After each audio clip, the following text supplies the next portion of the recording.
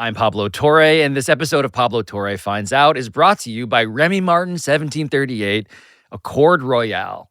Exceptionally smooth cognac for all your game day festivities. Please drink responsibly, because today we're going to find out what this sound is. Yo, here and gone is Mother Nature's sad song. That's why when we alive, we gotta strive and keep on. Right after this ad.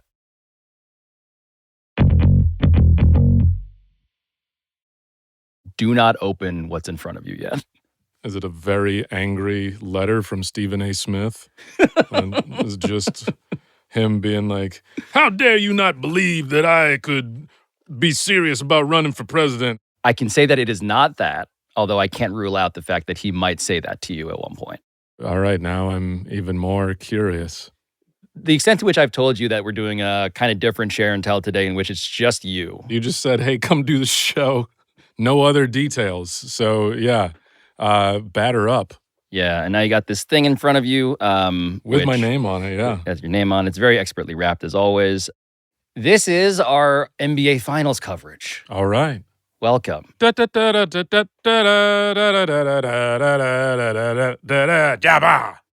my first real question for you, Wyatt, is whether you know anything about the executive in charge of the Oklahoma City Thunder. A guy by the name Sam Presti? Of Sam Presti. What else do you know about this man? He was from the Spurs organization. Yes. And then got the job in Oklahoma City. And his first name is Sam. That's kind of how it goes, I think, in general with Sam Presti, who, by the way, this year did win the NBA's Executive of the Year award. His team is in the NBA Finals, obviously. They're playing the Pacers right now, the Oklahoma City Thunder. And he is, I think, to the point of you not knowing much beyond what you gave me, extraordinarily private. He is very secretive. We don't know a lot about him by design. I want to look on national television and apologize to that man for any questions I've had about how exceptional he is as an executive. I'm dead serious. I don't apologize often. But Sam Presti, on national television, I'm going to say this. I, Stephen A. Smith, owe this man an apology. I don't give a damn about the championships right now. I can't when I'm a Knicks fan. I can tell you this. To have 15 picks, to have that roster, to have them this young, playing at this level, this man is a special executive. And all of this means, for people who just aren't familiar, that they overcame the loss of the 3 consecutive MVPs that Sam Presti drafted in his first 3 drafts. He took Kevin Durant, then Russell Westbrook, then James Harden in his first 3 seasons as the GM. Yeah. And in fact, while those 3 MVPs left Oklahoma City for bigger markets, Sam Presti, who has had a ton of incoming interest from other bigger markets, he never did, obviously. He never left. And so what he did was he stockpiled a zillion draft picks. He traded for Shai Gilgeous-Alexander, the season's MVP, which is impressive in its own right, 168 games. He got a city that pretty much nobody wants to willingly play for back to the finals. And the secrecy of him, the secrecy of this organization, which has been a bit of a black box, has been this way for so long that there is one story from Grantland years ago in which a reporter for Fox Sports said, quote, when it comes to getting a one-on-one interview, it would be easier to get access to the leader of ISIS, end quote. Didn't they have social media for a while? Imagine if that's your job is, I'm the social media manager for ISIS. My real passion is making music, but my day job, I am managing the ISIS social feeds. We've got some pretty fun TikToks. All of this is to say, and I want you to be aware of this before we proceed any further, all right, that Sam Presti did not want me to do this episode with you, Wyatt. Specifically because of me? Well, that part I can't necessarily isolate. But in general. Yeah, he doesn't want this to happen. Okay. He's also very media fluent. And I say that because one thing I can report is that a little over a decade ago, he actually explored hiring our extremely plugged-in buddy Brian Windhorst away from ESPN to work as an information guy for the Thunder. And the question of why would he do that?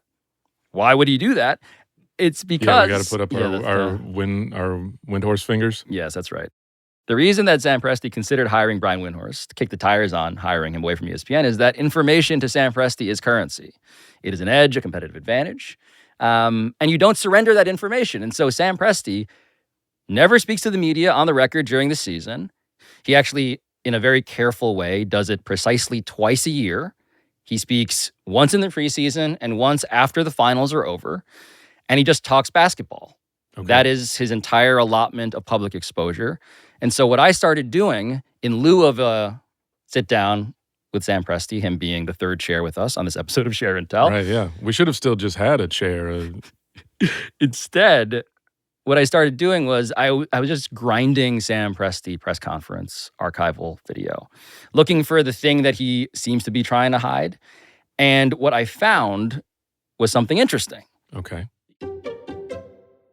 Because back in 2012, which was the last year that the Thunder were in the NBA Finals, Sam Presti, perhaps not coincidentally, showed up at his annual preseason press conference that fall, a little more loose than usual, even a little more confident, you might say.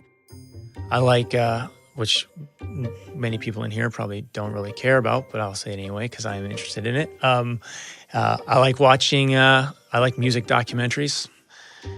VH1 has this series called Classic Albums. Has anyone ever seen this? It's like I'm totally hooked. And if you know where to find the actual like set of them, let me know. Can't find them, so I do most of my viewing on YouTube.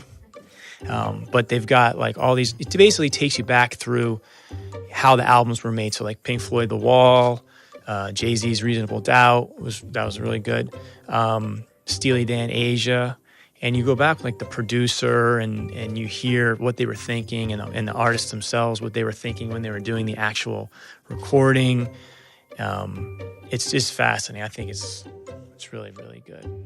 Sam Presti, to continue the scouting report, he did play basketball at Emerson. And that video, by the way, had 28 views on YouTube for those who want to go check it out. And part of what I learned as the 28th person to see this video is just that his genuine and to this point, generally undisclosed non-basketball passion does happen to be music. Other thing that I thought was interesting, or for me personally, I share it with everybody since we're on this weird kick. And everybody knows I'm like really open about all this stuff. You catch me on a good day.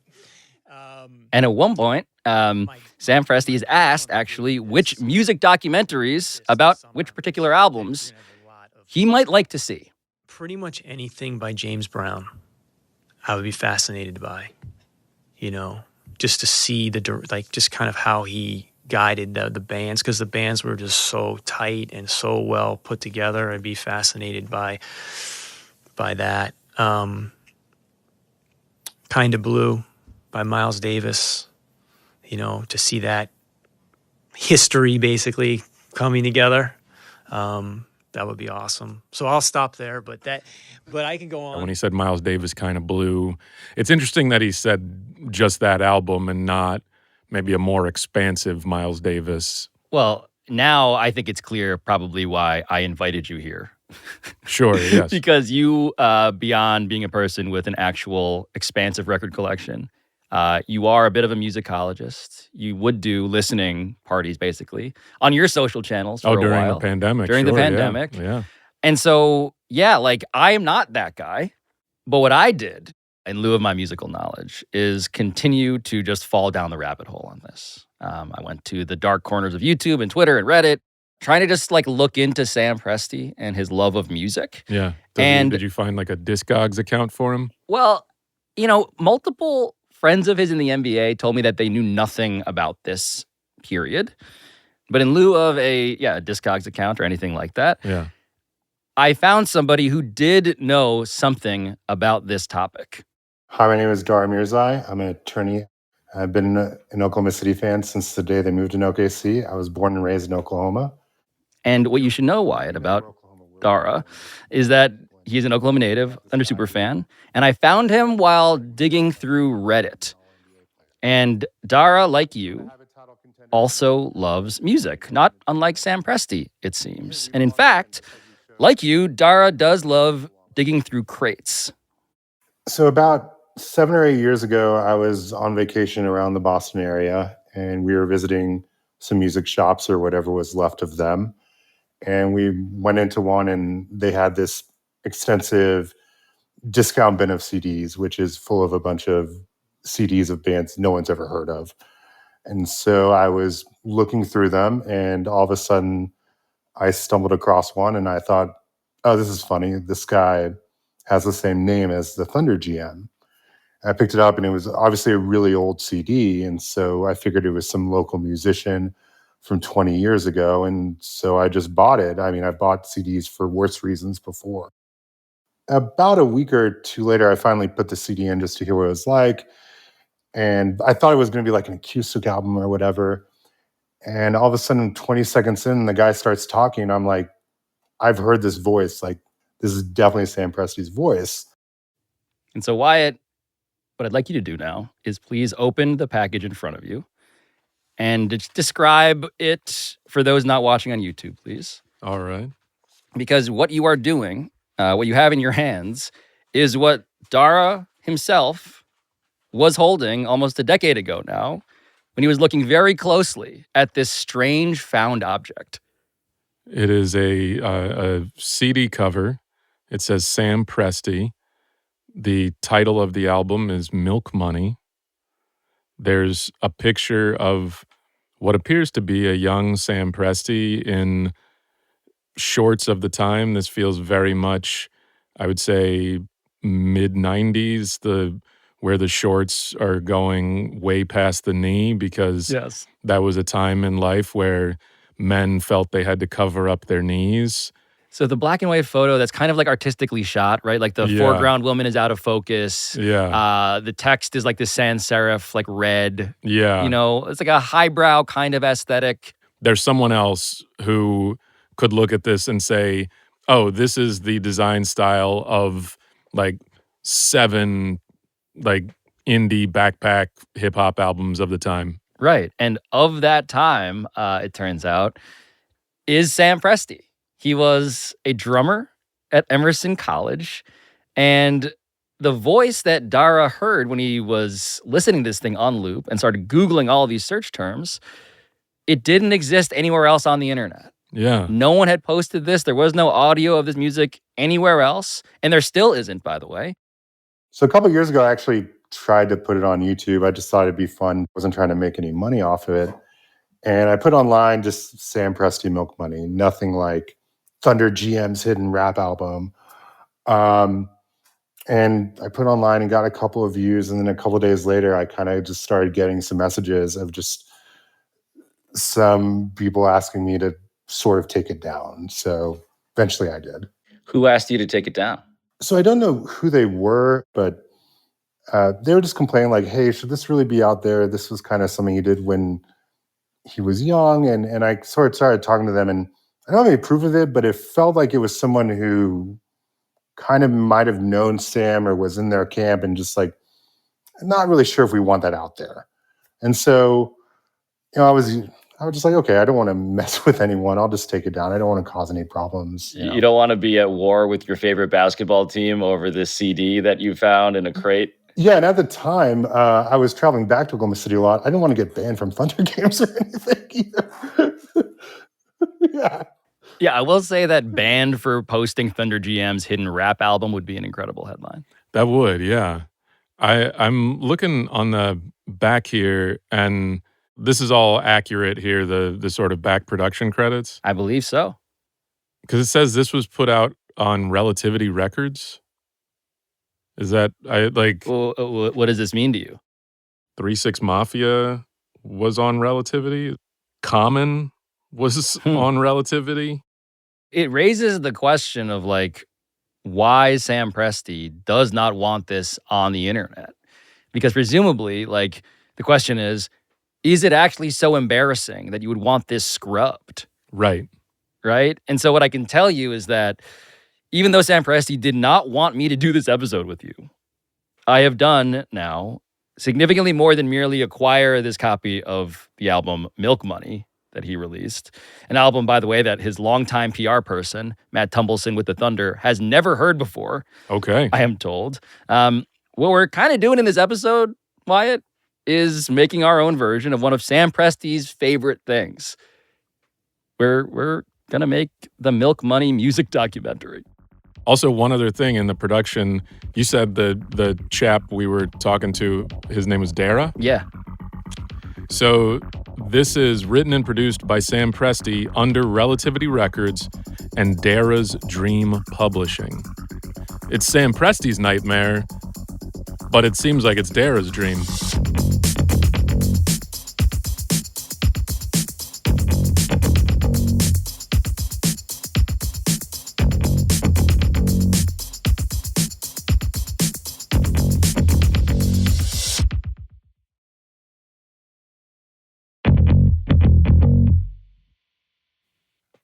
So, Wyatt, at this point, I just want to turn your attention to some of the band members involved in the production of this album. Yeah. Because, again, Super Thunder fan, Dara randomly unearthed this thing in that discount CD bin in Boston.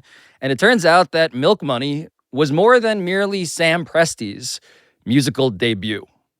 Hey, everybody. My name is Mike Tucker. I'm a professional saxophonist. I'm a Grammy-nominated saxophonist who teaches at Berklee College of Music. I'm a professor there. And I also tour regularly with trumpet player Arturo Sandoval. At the risk of ruining this interview already, do you have your sax nearby, Mike? I feel like people meet a comedian and they're like, tell me a joke. And it's like, no. Or if you meet a dentist and it's like, hey, take a look at this tooth. No. But saxophone player, hey, do you happen to be strapped right now? Of course, I'm a saxophone player. I'm always strapped. For the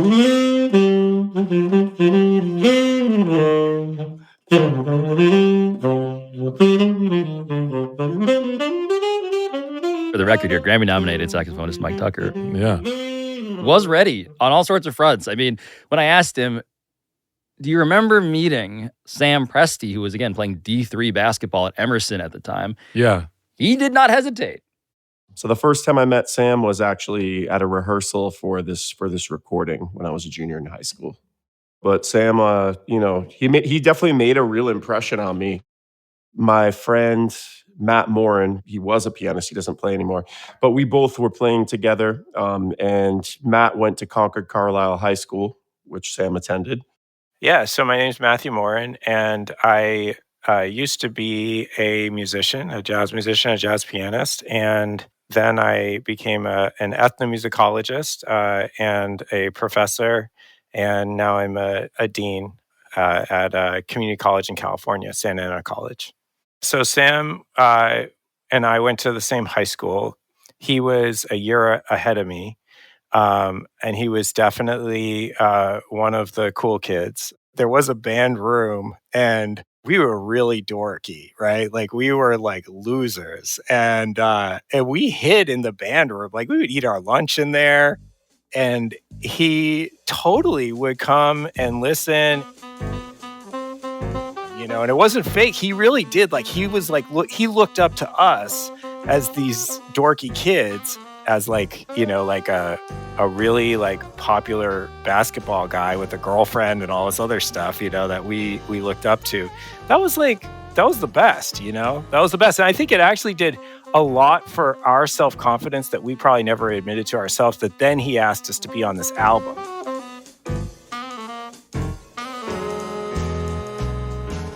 Basically, like his concept was like he didn't want to do anything like specifically jazz or hip hop, but he was into both.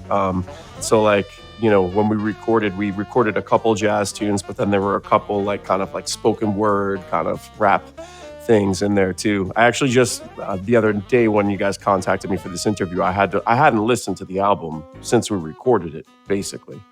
Oh, wow. But I listened back to it yesterday, and it was like probably in like 1996 or 7 that we recorded it. So it was like at a time where like hip hop artists were collaborating with jazz musicians. Are you a basketball fan? I'm not at all. But why this era, dare I say, might be very familiar to you. Yeah. Like he was saying, there was a big connection between jazz and hip hop, whether you were talking about Tribe Called Quest, but also thinking about Guru was putting out the Jazzmatazz albums and Diggable Planets, and so there was this thing that was happening around that time. I think that predates Cornel West's rap album. Oh God, which is a thing that exists. That's right. Yeah, you're talking about noted Matrix Cinematic Universe cast member Cornel West. Yeah, you might know him from The Matrix. Nothing else, just The Matrix. But again, conscious hip hop, right? Yes. Was the brand. All of which is to say that track 1 of Milk Money, the introduction, sounded like this. Music transcends race, religion, sex. It transcends all of that. It's a reflection of the human heart. Somebody can decipher that for you, say what it means, and dig what it means. You'll flip. I mean, flip for real. Yeah, I understand what you're saying.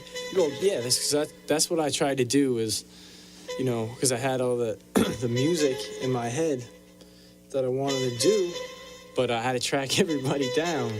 So only way I knew how to do it was just get the people that were close to me that I thought could carry out, and kind of expand on the things that I was thinking about. So I got Mark Panansky from way back, Dave Wolfberg from way back, and Jason Reese, Chris Hawes both came in and did some horn work on it for me. I got Matt Moore and Mike Tucker just killing them. James Blackwell doing some cuts. Got Matt Beinfrest up from Jersey with his man Isloa from Philly. It's a flow over track that we did. And it's tough because I didn't want to overstep my boundaries because I'm not a hip-hop purist. I'm not a jazz purist by any means, but it's music that I love. And it's stuff that I wanted to do, so... So what are you thinking as you listen to track 1 of Milk Money for the first time? The first thing I'm thinking is there's a real humility that he has that I feel like I want to commend him for, as both saying he is someone who appreciates his music but does not consider himself an aficionado. The other thing that stands out to me as I was listening to it, there was that horn, that sort of horn riff that I couldn't place, but I recognized it, and I'm still having trouble recognizing it. I feel like maybe it was from a Guru Jazzmatazz album. I'm not 100% sure, but then there was this audio collage of things that were happening. There was a piece from The Roots from Proceed. There was something from, you could hear Q-Tip in there.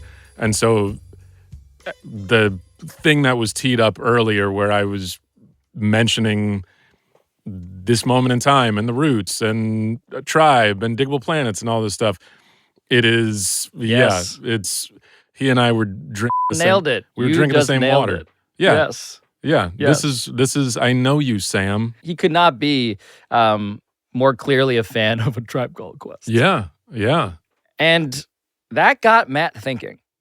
I'll just say that the hip hop influences were his. Like, he was really, I think, down that road. He was picking the genre that had less cachet and less like marketability,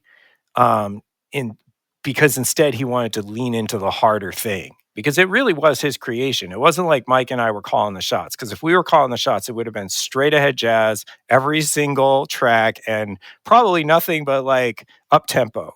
And there is a really strong parallel to what he does right now.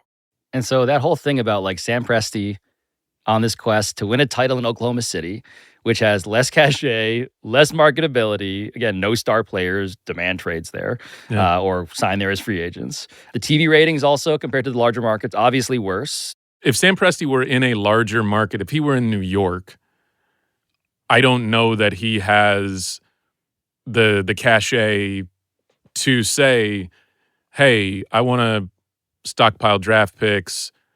I want to basically... So many draft picks. I want to go into the basement for a little while and tinker. And when you think about, that sort of world of indie or backpack, conscious hip-hop, whatever you want to call it, I feel like for so much of that, it was, okay, yeah, you're going into the basement and you're just tinkering. And I think that exact argument might be embodied in the title of what turns out to be the album's fourth track, which is an original song titled Nothing to Lose.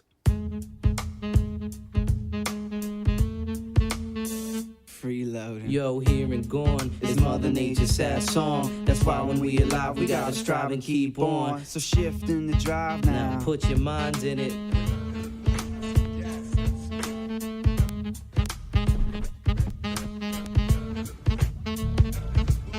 Life's lesson, chapter 1, slice you a section from the paragraph, a word craft, and mic blessing, ascent, and incline, slipped in the vinyl groove, pursued the paragraphs, the polar caps, interludes, laid back, lounge core depth, nothing to lose, and it reminiscing, blissing as I shifted the cruise, on paying dues, ain't about aggression, or how you dressing, it's progression of minds, that can't be learned in one session, that's why confession to the self is harder than lying, trying tribulation, trying alert, panical sirens, properties of steel's iron fire, fly towards the back, life impede, crazy copper feed, blood drench the map, ask yourself why stamina, swing low on the two, through the grassy dew, situation thicker than glue, snares a la Presti, test me, feel that, the chemistry, ill rap, distill that, extract the never. I should just say that he rented a place in New Hampshire himself. He donated all of the proceeds from Milk Money and also this live concert that the band performed in, according to Mike Tucker, the saxophonist.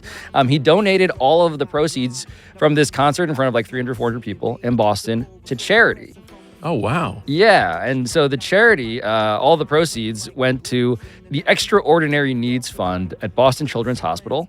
Oh, which wow. again is like a pretty, just, I find it hard to poke any holes in that part of this. Yeah. And then they produced another album together, actually, whose artwork has been floating around the NBA dark web. The album is called All Things Considered. It's a black and white photo of Sam Presti. That's him in the far background. Yeah. So he's like this Waldo character who is just in the back with a chessboard in front of him. And again, the metaphors kind of speak for themselves at this point. But yeah, a guy who had become known for his decision-making is sort of like trying to hide in the background of his own follow-up album cover to Milk Money. And time for this band was short, by the way, ultimately. Like, everybody after these albums came out and then disappeared, everyone went off in their own directions. Yeah. Mike and Matt and Sam did not stay close. No, there really is no relationship, but it wasn't like out of disrespect. It was just like, we didn't have the album. So like you sending me that was like awesome. I was like, this is crazy. And I had no idea about his career, to be perfectly honest, because like, I'm not like a sports person. And then like, I get a random call. It's like, hey man, this is like George from Oklahoma City Thunder. I work with the Thunder for Sam Presti. Sam's going to be in town like next week and he'd love to like meet up with you. Just wondering what your schedule is. And I was like, Oklahoma City. I was like, is that a college team? I know Sam's like doing basketball. And then we reconnected. And when he came to Boston, we met up at a club that I was playing at. He was telling me how like has always had a very long vision and he'd just see like talented players who might not be like the superstar, but he could see something in them and see how he was going to develop that. He made all of his players take a financial management and awareness course. He was like, yeah, man, everything's so expensive. A gallon of milk is like, so he's still, and he's, Sam grew up in a working class family. Like he grew up with a single mother. His mom was a nurse. He really worked hard for everything he's got. You just told a story before about Sam talking about like the price of milk. That's actually hilarious. Yeah. And the album's name is Milk Money. But not unlike Sam Presti in the Milk Money era, I also had a vision. And I decided to not give this up. Okay. And I tumbled further and further down the Sam Presti jazz rabbit hole, listening to the 8 tracks on Milk Money on like a truly disturbingly endless loop. The jazz rabbit hole sounds like the music show I need to make. It really does. Hey everybody, welcome really to the does. Jazz Rabbit Hole. Yeah. It's your host Wyatt Cenac. Tonight we're gonna go down the rabbit hole of the CTI record label. That's right, you're listening to the Jazz Rabbit Hole with Wyatt Cenac.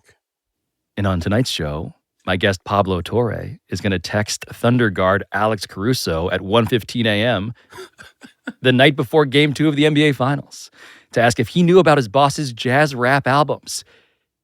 And he will not respond.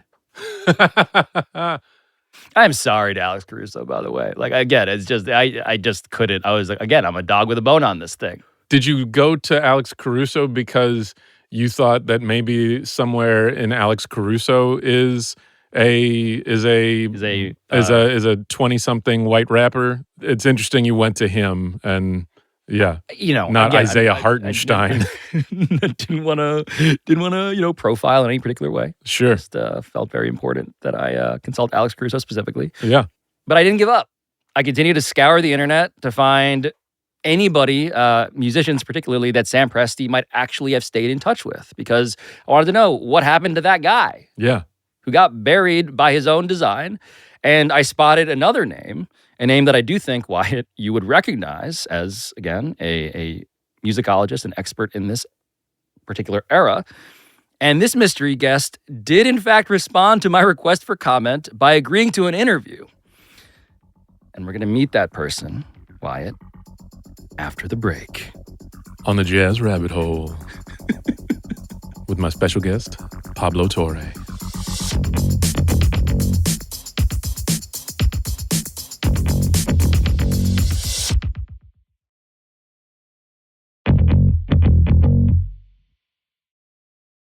You're vaguely familiar with what I do, I guess? Yes. I've found out. Yes. Amazing. When I cold tweeted you, I was like, I had the desperation of a man at the bottom of a rabbit hole. I don't know if you could smell that on me. No, man, it was too early for that. I was like, damn, it's 6:30. Yeah. I was in the bathroom when I tweeted Branford Marsalis, for the record. Hey, it works.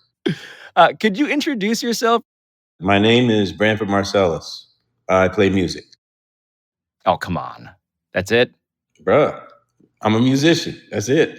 Multi-Grammy winner, Do the Right Thing, saxophonist, Fight the Power, Public Enemy in 89. None of that. Branford. It's like Sam. It's like Sam. So whether or not you realize this, there are a zillion ways that you may have already heard the legendary tenor saxophone of 64-year-old Branford Marsalis, who, beyond all the other stuff I already mentioned, has played with Miles Davis and Sting and the Grateful Dead and the Tonight Show Band, among many, many others. But I also remember Branford, maybe most vividly, from his cameo on The Fresh Prince of Bel-Air in 1994. Why don't you put that down and come sit next to me?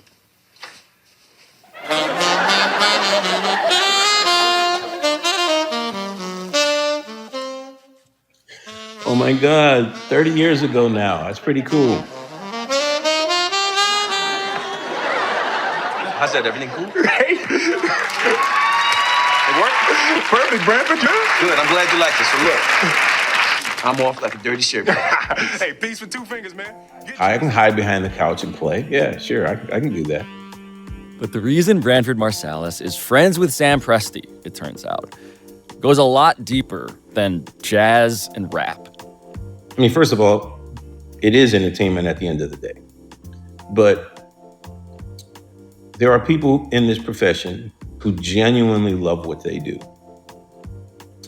And then there are other people who genuinely love the attention that can be generated for them because of what it is that they do. When I'm meeting other musicians, I never lead off with how many records I've sold. I know people who do. Hey, man, how many units did you sell? I mean, are you serious? I mean, that's the conversation. Because, I'm from New Orleans. I'm a country boy. But New York is a city for very ambitious people. Mm-hmm. And so I would say, so how you doing, bro? How you doing? And then they would proceed to tell me every gig that they have that month. And then I would say, well, that's cool, but I didn't really ask you what you were doing. I asked you how you're doing. My passion is for the thing, not for the notoriety. And that, to be clear, is also the sort of New Yorker and podcaster that I personally would like to be. Which brings us back to basketball and jazz, these two institutions that are often compared to each other and happen to be colliding right now. As the Oklahoma City Thunder, built by Sam Presti, and the Indiana Pacers, coached by Rick Carlisle, are quietly making their case for a very jazz-inflected championship, even more than if the actual Utah Jazz had made it. In music, there's the visible part, like the solo. People see the solo or the singer. But then there's the invisible part, and that's when the musicians have to use their skills to support a person who is in the front. Now, that is called comping, C-O-M-P-I-G. Piano players do it, guitar players do it. Sometimes the horns do it, but it's like in horn parts. The horn parts support the singer that's comping. Thanks to Bruce Hornsby, I have a sometimes physical chat, but a lot of texting between Rick Carlisle and myself. Out to Towns, to tie, no! Rebound, fought for, loose, Bridges has got it. Clock is ticking, out of bounds. It's Indiana's ball with .2 to go. So after game one against the Knicks, I wrote Rick and said, man, I've never seen anything like that, you know? Your kids are amazing. And he writes back and says, you really like these guys. They love comping as much as they love soloing. And I was like, this is the hippest dude on the damn planet. Damn. That's just not something you're going to see in a conversation with somebody outside of the music business. But he's a smart cat, man. He always has been. And so I'm finding out so much already, which is to say that the NBA Finals of the year 2025 AD are also the Branford Marsalis Finals, because you have this weigh-in to both sides. Yeah, it's kind of crazy. But this is the scent I've been tracking, is that you had a connection to Sam Presti because of the research and the amount of just rabbit hole diving I've been doing.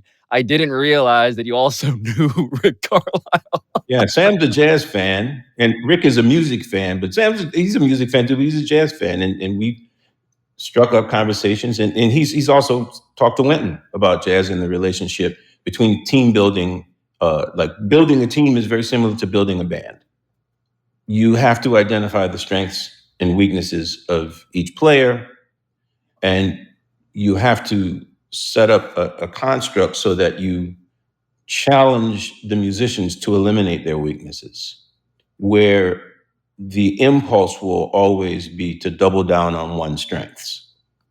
Because it is certainly much easier to enforce what you already know than to go through the painstaking reality of addressing the things you're not very adept at. And it's pretty amazing when you look at both of those teams and how they've been constructed. We keep inventing ever since, LeBron went to Miami, the big three. They don't really have a big three. No, that's the other story of this finals beyond the Jazz is literally this. They're teams. Correct. Because even though Shea is the MVP, he doesn't have the persona where he's like, I'm the straw that stirs the drink. He's not on that vibe.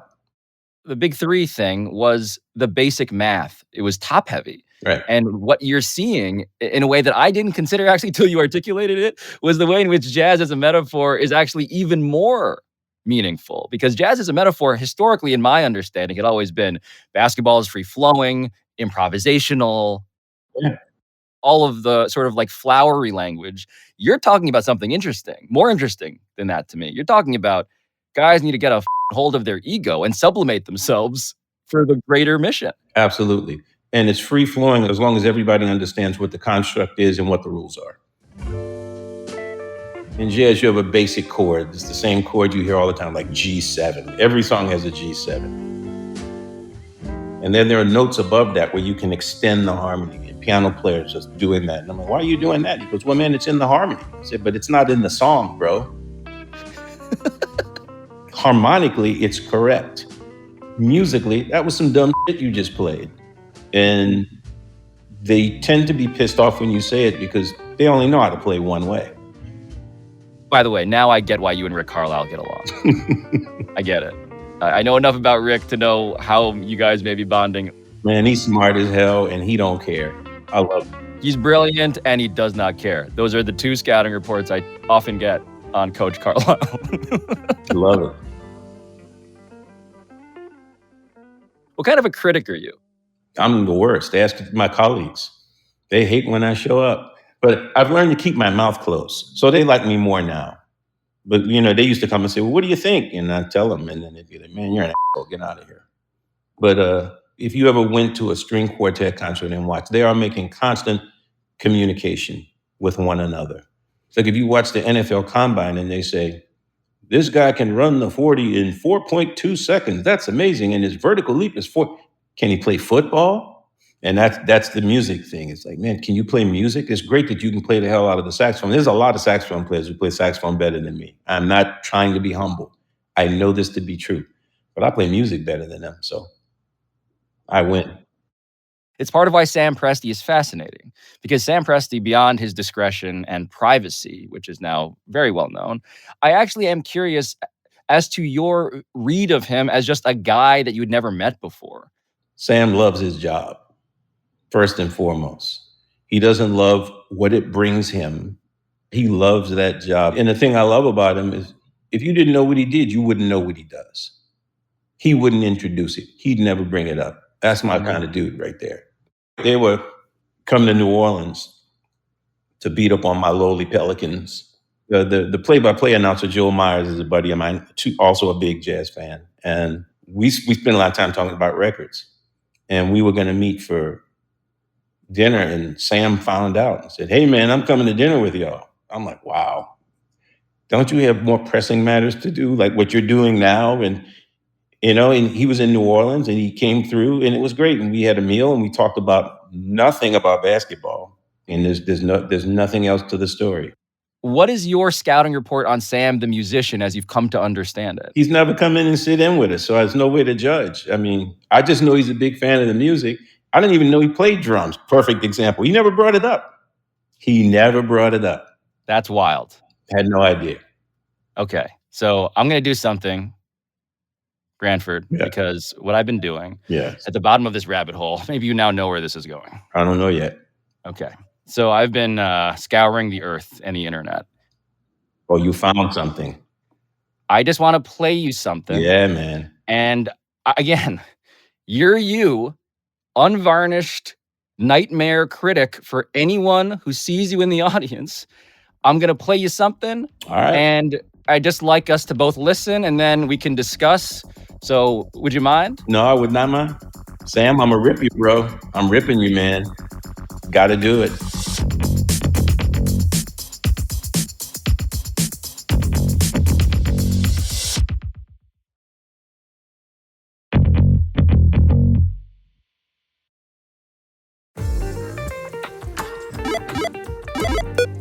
So I just need to acknowledge here, as a human being who makes things, how absolutely terrifying what I'm about to do must be for Mike Tucker and Matt Morin and Sam Presti and the rappers in that recording studio in New Hampshire in the mid-90s.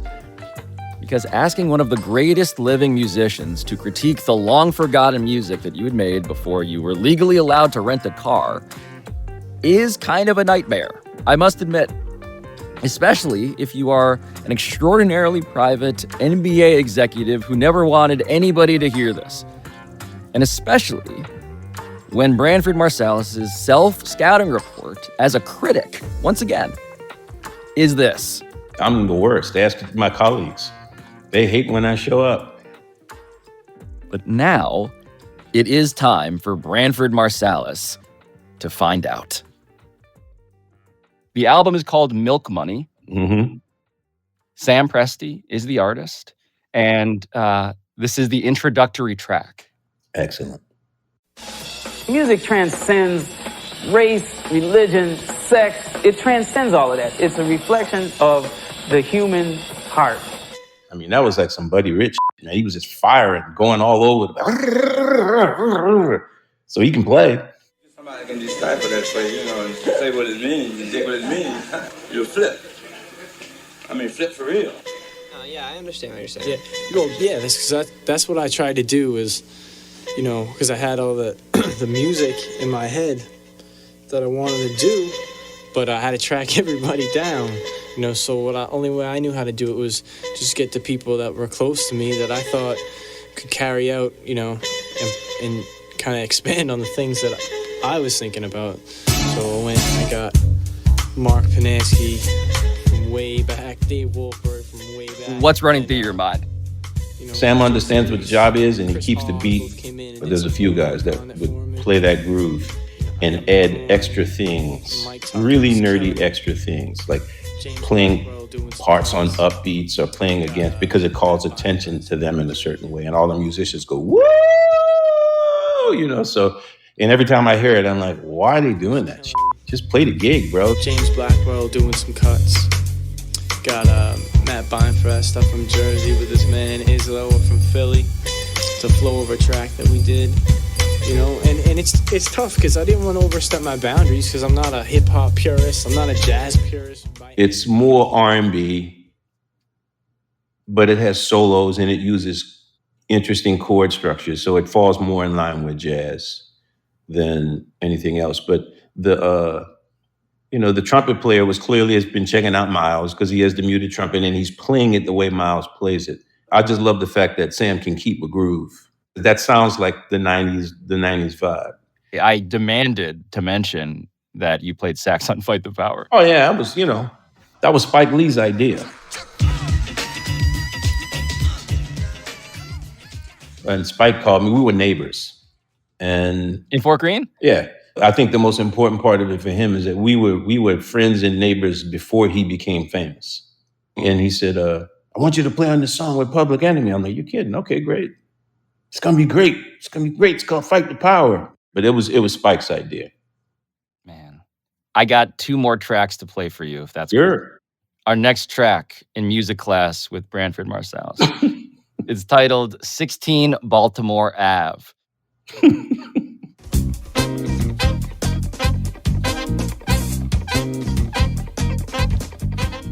So, 2 songs, both by James Brown. One is called Cold Sweat, and the other one's called Super Bad. And it's kind of like a mashup of those 2. The saxophone player was a big fan of Michael Brecker was the guy that he used to play that. Way too many notes, though, for that groove. And when I first got to New York, I was more of an R&B player than a jazz player. And there's a scale called the pentatonic scale. And that's all I could play was the pentatonic scale. And the first thing he played was the pentatonic scale. And I went, oh, that's me. That's where I was at.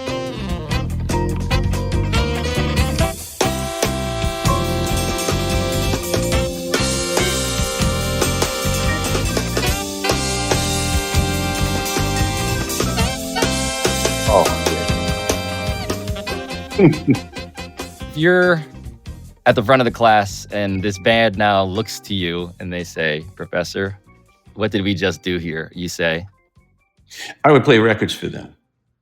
There are more efficient ways to do what you're doing. And I would certainly play the James Brown records. There's an instrumental record that James Brown's band did.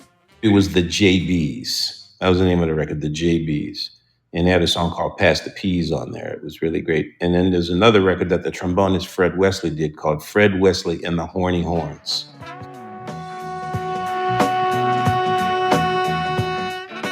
And they really do know how to play that style of music and still leave enough space for the music to breathe, rather than flood the zone with flurries of 16th notes. But the rest of the band was very disciplined. I mean, Sam played the parts. He didn't really try to deviate. The bass player stayed with it. The piano player, soloing leaves a little bit to be desired, but everybody, it was good. It was good. I enjoyed it. I got one more track for you. All right. This one, I think you may be familiar with.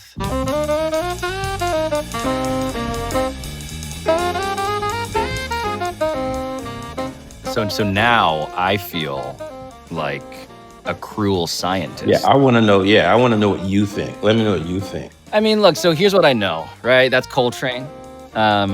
Yes. This is a standard. This is something that, as I listen to it, I began to feel bad playing it for Branford Marsalis. Why? I'm imagining them in the box that I'm in, watching your face, and I began to just sweat a bit. So, because you're also, by the way, for people who are not familiar, of course, with what you have also done, rearranging that song, could you just fill us in? I'm demanding that you fill us in on like your familiarity with this song. Oh yeah, it's a song I wouldn't play. First of all, because it's just it's like one of the running jokes we have in the group is that bands that lean towards rock and roll or R&B, every time that they play what is considered a jazz tune, it's always in a minor key. I don't know why, but it's either Mr. PC or it's the Miles Davis song, So What?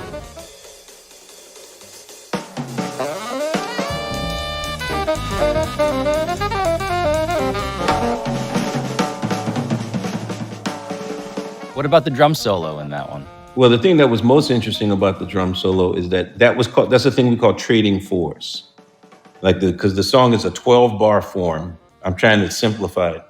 And it's in 4/4. So for you folks out there, if you count 1, 2, 3, 4, when you get to the next one, that's a new bar. So it's 1, 2, 3, 4, 2, 3, 2, 3, 4, 4. And they were playing 4-bar phrases. The saxophone player would play for 4 bars, and then Sam would play for 4 bars.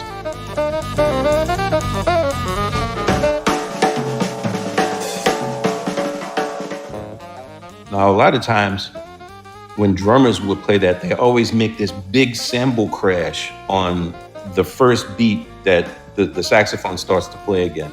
I thought it was really cool that he didn't, because the other way is just super cliche to me.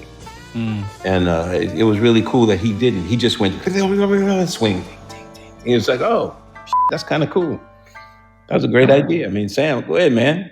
Way to think it through. But it's good, man. I know he's gonna be mad at you for playing this for me. It's cool, man. I'm a cop the record. Milk money. Yeah, I might be the only supplier on the internet at this point, but I'm gonna get you that copy, man. Bro, I know you now, so you gotta hook me up. It's cool. But there is one more aspect near the end here that Branford brought up that I do think is worth mentioning.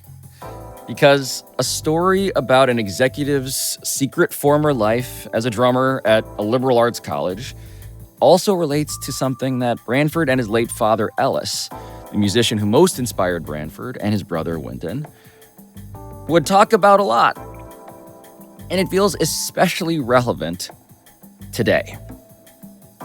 The essential destruction of the liberal arts college in the United States was one of the worst things that he felt could ever happen, because in the 1950s, there was no such thing as pre-law.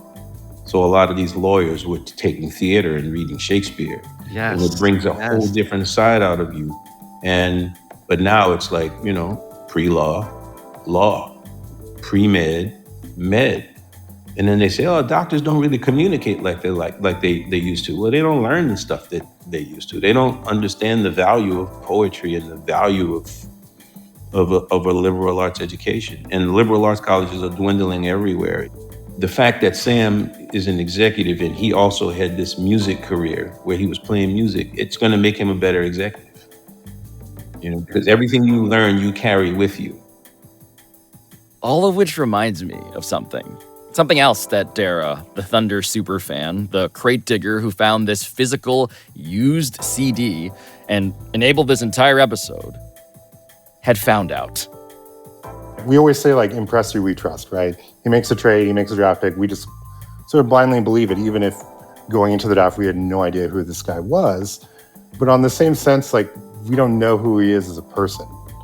Everything he says, it sounds like he's rehearsed it over 20 times. I like this album because it's sort of him personally, to a certain extent. Like, yes, I hate to say this, but I think like Daryl Morey, if this was him, he'd be like, should I re-release the deluxe edition or something? Like, you know what I mean? This is some guy that he's been the only constant in this organization, but I don't think I've ever really seen him laugh at anything, you know? Yeah, and to be honest, I have no idea how the NBA's Executive of the Year, one of the best executives in all of sports, is gonna react once he hears this episode that he did not want to exist. And I have no idea about that because Sam Presti, as was entirely expected, did decline to comment. Which brings our music documentary here back to how we started. What'd you find out today, Pablo? I would like to tell someone that I know in real life, hey, do you have that sax on you? And to immediately be serenaded by. All right, well, you asked for it. That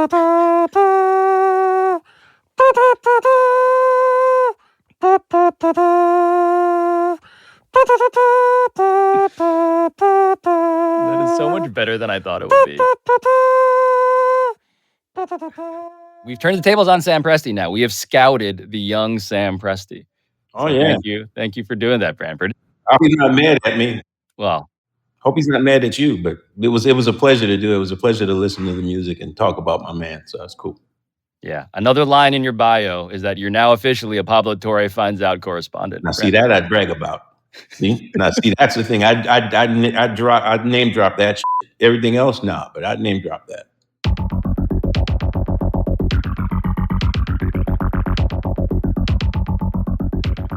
You've been listening to Pablo Torre Finds Out, a subsidiary of Wyatt Cenac's Jazz Rabbit Hole. Wait a minute. Brought to you by Meadowlark Media. Oh, there it is.